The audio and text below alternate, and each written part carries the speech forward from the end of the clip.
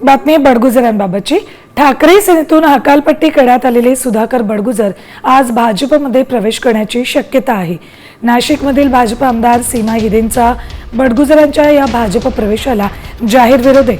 मात्र त्यांच्या विरोधाला डावलून बडगुजरांना भाजपात प्रवेश दिला जाणार असल्याच्या वृत्ताला भाजपचे शहर अध्यक्ष सुनील केदार यांनी दुजोरा दिलाय।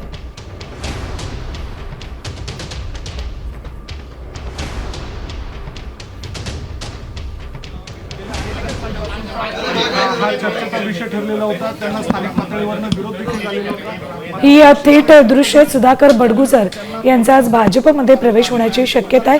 त्याआधी त्यांच्या कुटुंबियांकडून त्यांचं औक्षण केलं जाते त्याचे दृश्य आहेत। एकीकडे नाशिकमधल्या राजकारणात आज मोठी उलथापालथ होणार आहे। त्याआधी बडगुजर यांच्या घरी त्यांचं अशा पद्धतीनं औक्षण केलं जातं।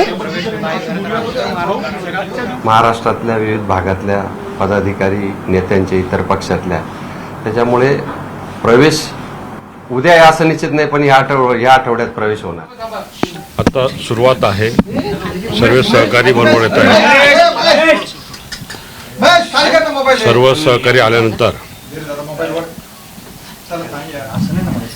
थोड्याच वेळामध्ये आम्ही इथून रवाना होणार आहे। साधारणपणे कोण कोण आहे आपल्या सोबत आता प्रवेश? भरपूर लोक आहेत, तुम्हाला बघायला मिळेल।